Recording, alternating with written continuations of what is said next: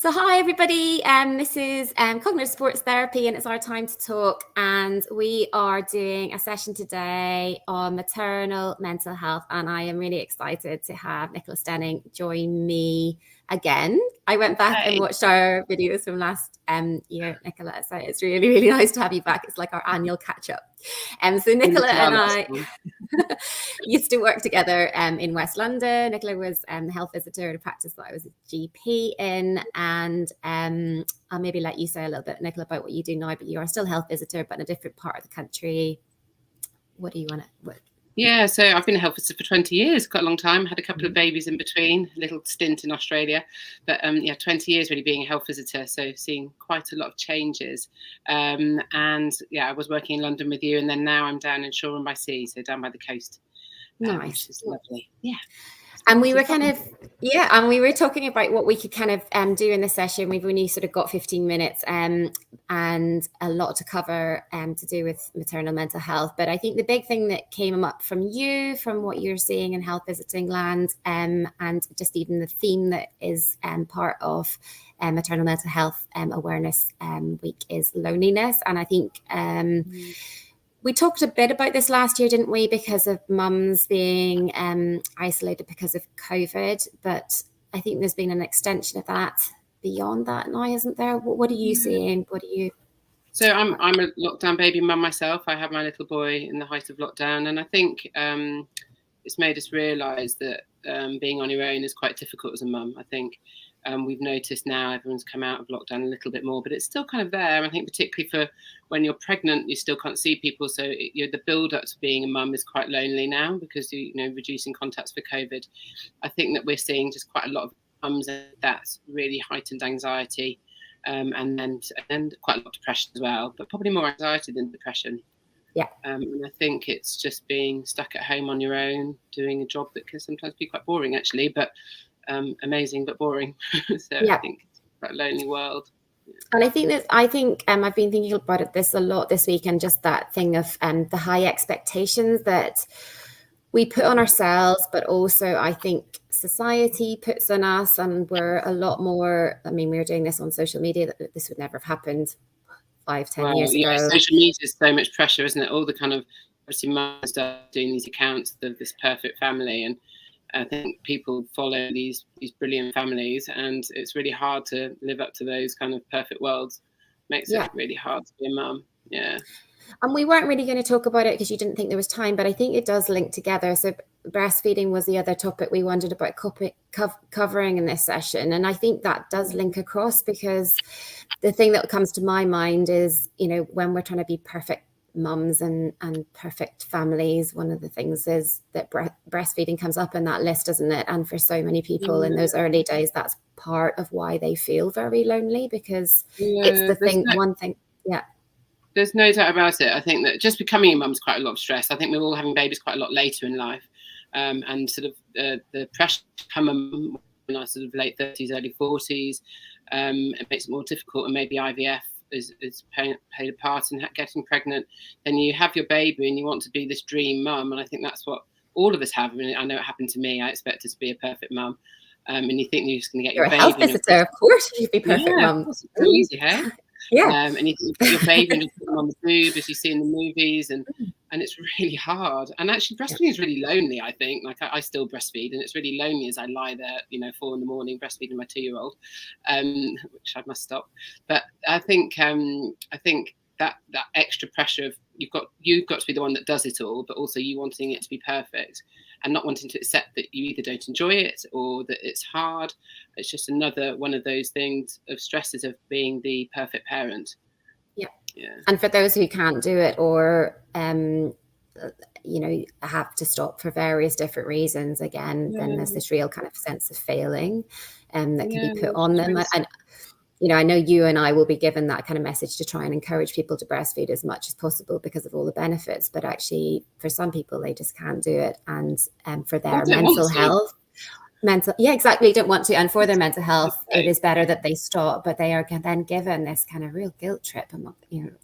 which can be really hard. I mean, the other thing with breastfeeding is that you do definitely sleep less. Like if you give a baby a bottle, then your partner can do it sometimes, or your mum or somebody else can do it. And actually, babies generally sleep a little bit longer after a bottle, so it adds in that extra dimension of lack of sleep. So you're lonely at 3 a.m. feeding again, and you're really, really tired, and no one else can do it, and it just feels like it's just you and your 1, 2, 3, however many children you've got. It does make it puts everything on your shoulders, and I think as a woman, as a mum, that's hard. That's really hard. Yeah.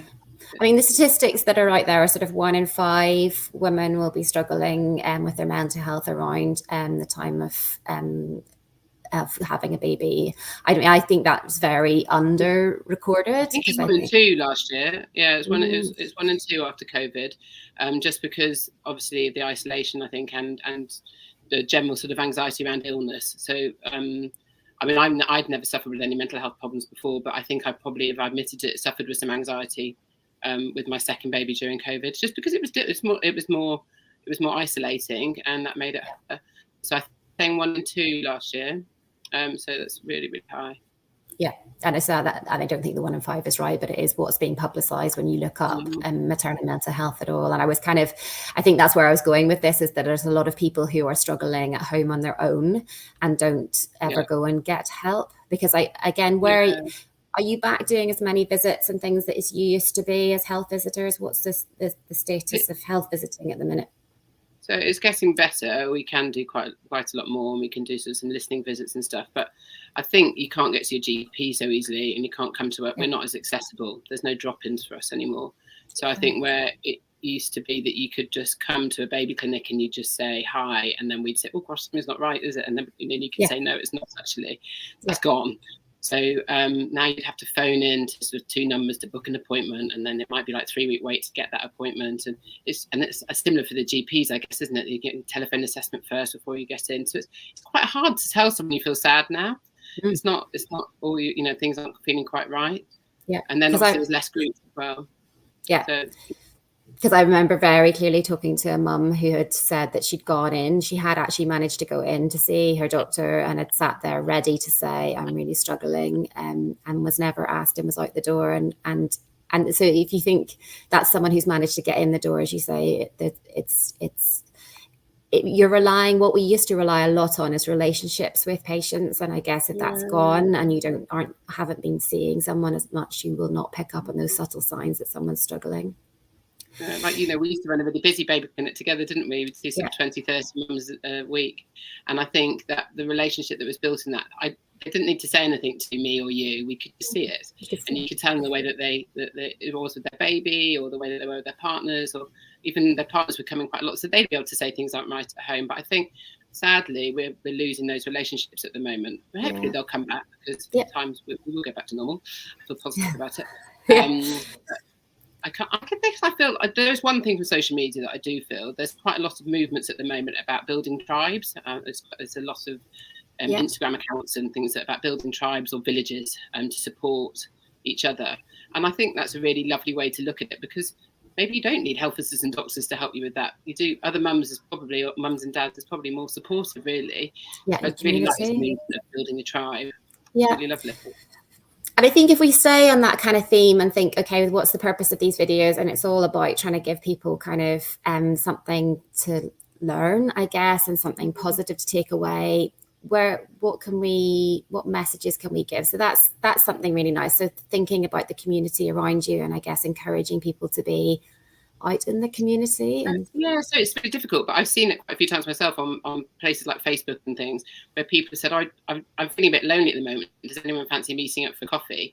And actually quite a lot of people reply to that, say, oh, I would. And then we see groups of mums, of sort of 10 to 50 mums, that then start meeting for coffees every week, and they've built their little tribe, and that's just what they needed. And there's still NCT around, which is still very supportive to lots of people. But I think if you haven't done NCT, that's a really lovely way of doing it, just reaching out on social media, which is a bit easier probably than reaching out to face-to-face to someone. So I'd really recommend that. Yeah. And I think there's also things about, like, just kind of having a bit of think about the things that you're actually interested in, the things that are part of your identity that aren't necessarily all about being a mum. So I know that in our local area, Nicola Osler runs Buggy Boot Camp. So she runs kind of groups, and you see them out in the green, all the mums with their babies in their walkers doing like a nice gentle exercise class that's pitched exactly the right point for your body postnatally as well. So that you've got the social element, you're getting some movement in there, you're outside, and you've got someone kind of helping you build that community, which is really nice. And there's other things like that dotted around out there. Amazing. There's lovely yoga groups now, I think, everywhere, and that's really lovely postnatally, because you get that. It's quite nice for the babies as well, because they get that meditation side of things. But yeah, that's a really lovely postnatal thing to do for your pelvic floor and for your mental health as well. Yeah. And you've mentioned social media a couple of times, and you said you maybe had a couple of resources or people that we could be following. Yeah, I think I'm a massive lover of somebody called Lindsay Hookway, and she's actually about sleep, but she does quite a lot of mental support as well. So she's just Lindsay Hookway on Instagram, and she's Feed Sleep Bond on Facebook. She's got lovely links.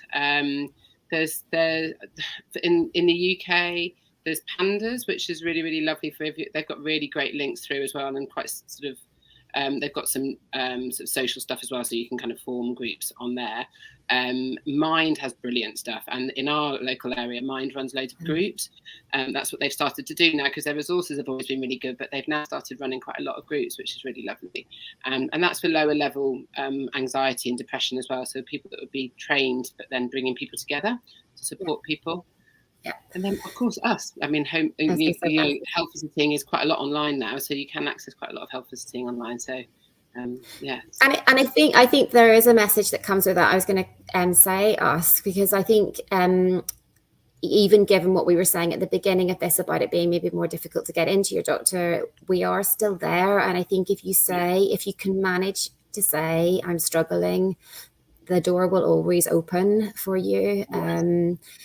I do kind of understand why there's almost more of a triage system, because there was almost an overuse of appointments for people who didn't necessarily need to be seen. But if you are struggling with your mental health and you're a new mum, you do need to be seen. And I think there'll be no doctor in the country who wouldn't want to see you if you are struggling. So if you can have that, if you can bring yourself to say it out loud to somebody, and it will end up being the receptionist, then you will be seen, won't you? Yeah. And I think with health visiting, I think you don't even need to say that, to be honest. If you just say, I want to weigh my baby, we'll know. So you just say you want to weigh your baby, you come in and we'll know. So, it might seem like there's lots of barriers, because like you say, maybe sometimes we were used inappropriately. Well, not inappropriately because it felt right for the people at the time, but we would know. So there's still access to all health visiting across the country. And I think we just need to see someone, and we know, and we can offer you the help. Yeah. That's what we're trained in. And specifically around breastfeeding, I feel like there's other kind of supportive places that help with that, isn't there? There's kind of So for breastfeeding, I mean, everyone has really good support networks, I think, in their local areas now, because we all run we all are baby friendly now, which so the BFI standards. But online resources, for breastfeeding, there's some accounts that I would prefer to follow than others. So breastfeeding support, which is much better. And there's an account that's actually Australian American. It's called Kelly Mom. That's really, really good. Links through to people. But to actually get the support, most local areas have a different system. Like, for instance, in our service, we run them mainly with an infant feeding team. But it's definitely not something you should do on your own. It's definitely something you reach out for support. Maybe I can send you some links after for some good, I can't think of any now, for some good Instagram accounts and stuff, but there is loads. I mean, Lindsay Hookway, again, is great for breastfeeding. There's someone called Amy Brown who writes the national standards, who's really, really good. And for anyone with reflux, there's some really good reflux websites as well, because we didn't really talk about that. That's when the ultimate loneliness, really, to have a baby that's sick and a baby with reflux. It's really, really tough, because you don't feel like you can go anywhere, and your baby doesn't sleep so often, and you're at home, and it's very rare that you have happy times with them, really. So reaching out to all those mums, because that's really, really hard. It's really hard, because you can't put them down is the thing that often comes with reflux, isn't it? It's just they can't be put down, so you lose all those little moments. You can't even go to the toilet. They don't enjoy feeding. They don't enjoy cuddles. They don't enjoy sleeping. What do they enjoy? Not masses. And so it's lots of people lose their bond, and it can come back, but it's difficult. It's a particularly lonely world, I think, because you don't want to go to cafes because your baby's screaming. You don't want to go and hang out with friends because you'll be the baby that's screaming, So I think So any sick babies, any children with additional needs, I think it can be even lonelier. Yeah. I personally think the message that kind of comes with that is to remember that they will grow out of it. They do grow out of it, and that phase will finish. And I certainly struggled a bit with colic, maybe I'm going to call it that, rather than reflux with my second child. And actually, because I do what I do, the one thing that helped me to hold myself together was the fact that I knew that it would end at some point. It's horrific and horrible, but at least I had that kind of knowledge, and that's what I would like to share with anyone who's really in that moment at the minute, because sometimes if you know that at some point it will end, it can really help you. There's light.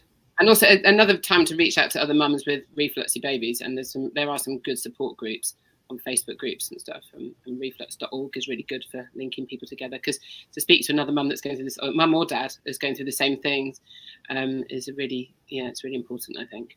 Yeah, and I think that is worth kind of mentioning, just dads right at the end, as we're 15 minutes we're there already, is obviously that there is support there for dads as well. And I think it can be hard being a new dad as well as a mum, and you can feel like you can't help as much as you might want to help, and feel very separate from what's going on between that mum and baby kind of bond that's going on. But building a men's tribe is really helpful as well. I think I didn't do NCT, but I know that people who did NCT, the men got something from that as well.